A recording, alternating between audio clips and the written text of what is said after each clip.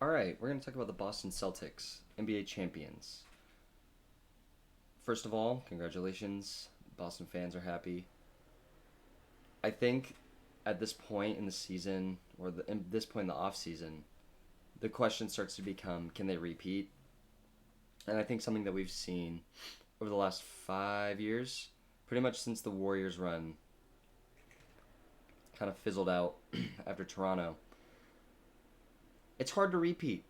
It's hard to repeat in the current NBA. We were really spoiled with the Cavs and the Warriors and the Spurs and the Heat uh, making it to finals. And even then, the Heat only repeated once. The Spurs didn't repeat. They just made it to the finals twice. The Warriors repeated. It's hard to do. That being said, I think this team is one of the teams that could do it.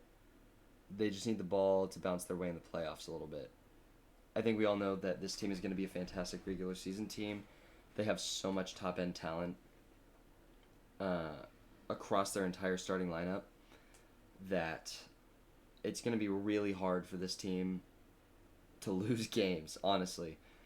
It'll happen, but it'll probably be similar to that last year where they are 10 to 15 games ahead of the rest of the East for most of the season. I think New York could give them a run for their money in the regular season, but I think they're going to be the one pretty comfortably. But we'll see. Maybe they're the two. Maybe New York really explodes. We'll talk about them another day. But it's hard to repeat. This team could do it, though. I think the question for this Boston team is how long is this championship window open? Because while they just did win their first championship, they've been to the finals before, and they've been deep in the Eastern Conference playoffs for years. Pretty much since Brown and Tatum have been there. So I would believe that as long as they are there, they're going to continue to compete and truly contend.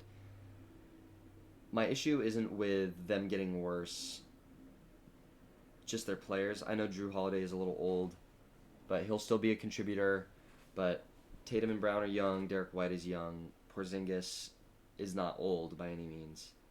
So the real difficulty is the money. How long will ownership be willing to take the penalties that the second apron is going to inflict for the sake of competing for championships, potentially winning them? We just saw Minnesota clearly did not see that it was worth it to potentially pay all those costs and penalties for the sake of keeping Karl Anthony Towns, even if it meant contention. But Minnesota isn't Boston. I could see this team being around for a long time. I could also see a couple years of missing the finals and one of the Jays gets traded, or Drew Holiday gets moved in a salary dump, or something. That would be my main concern for this team, is that the cost doesn't justify the results anymore. But with how talented they are, it's hard to see where that intersects. So I'm interested. I think the next few years, for sure, this team will be the heavy favorites to come out of the East, at least at the beginning of the season. Certainly for this season. But what I'm really excited about for this team is the Jason Tatum kind of revenge tour. That man is corny. He's goofy. But what you can't deny is that he is incredibly good at basketball. He's really good.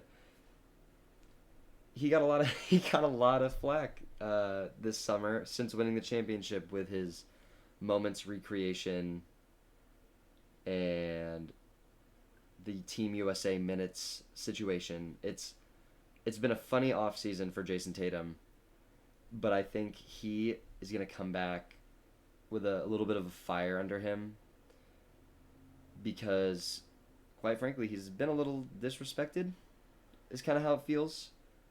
Obviously, he's an NBA champion. No one's gonna act like he wasn't a star player or isn't a star player for this team, but I think Jaylen Brown winning Eastern Conference Finals MVP and Finals MVP over him, plus the no minutes on Team USA, and also kind of getting clowned for screaming "We did it" and recreating all the pictures and quoting Kanye.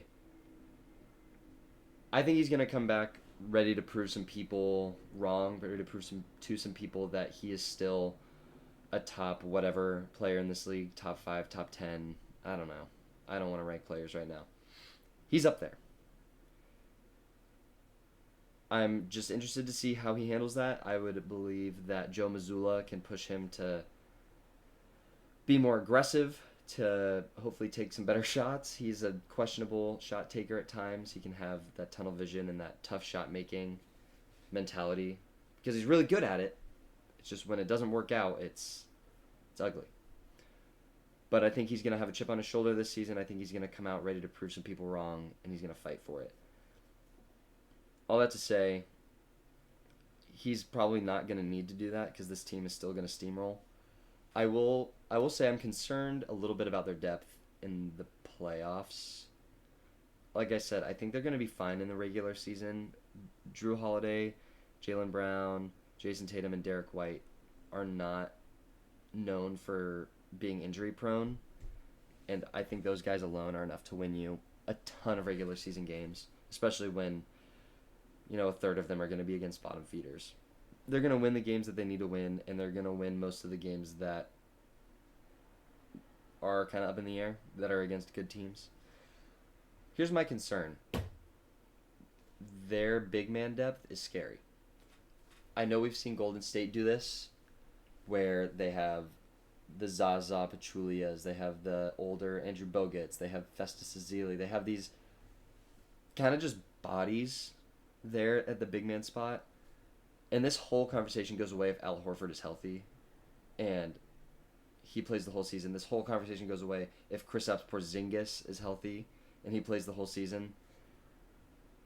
But even Porzingis is going to miss time. We just know that. He's going to miss time this season. He missed time in the playoffs last year.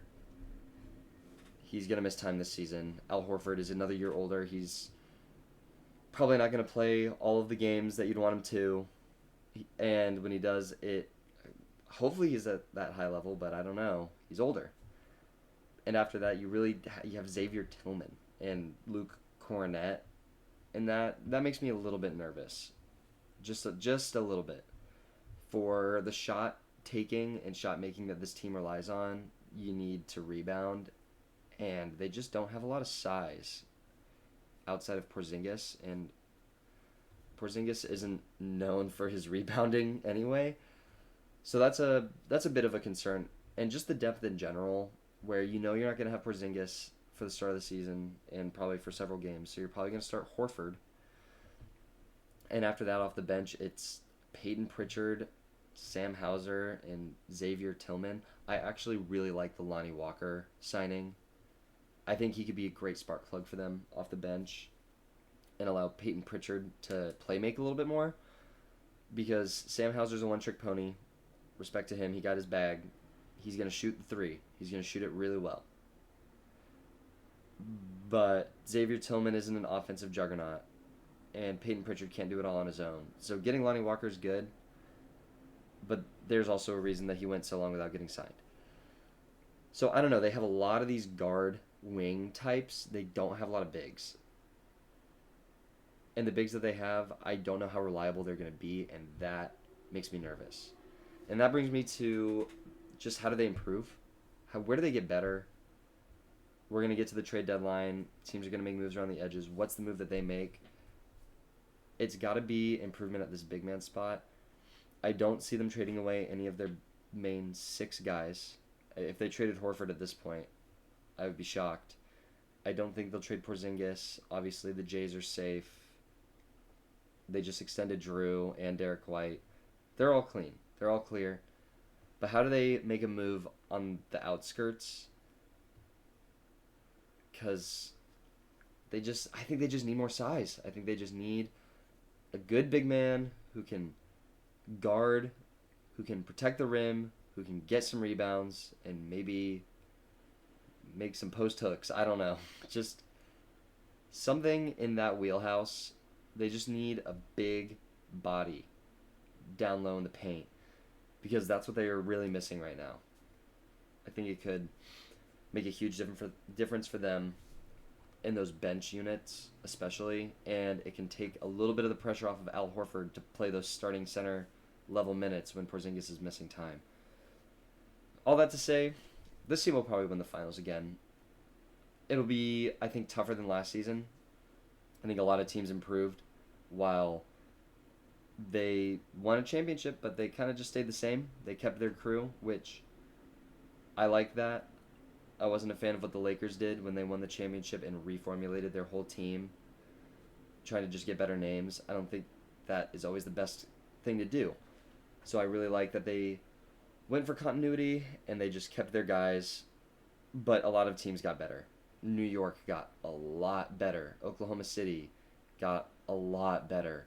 These teams that they're going to see late in the playoffs have improved drastically. So I'm just interested. I think they have a good shot of repeating. But again, it's hard to repeat. It's really, really hard to repeat.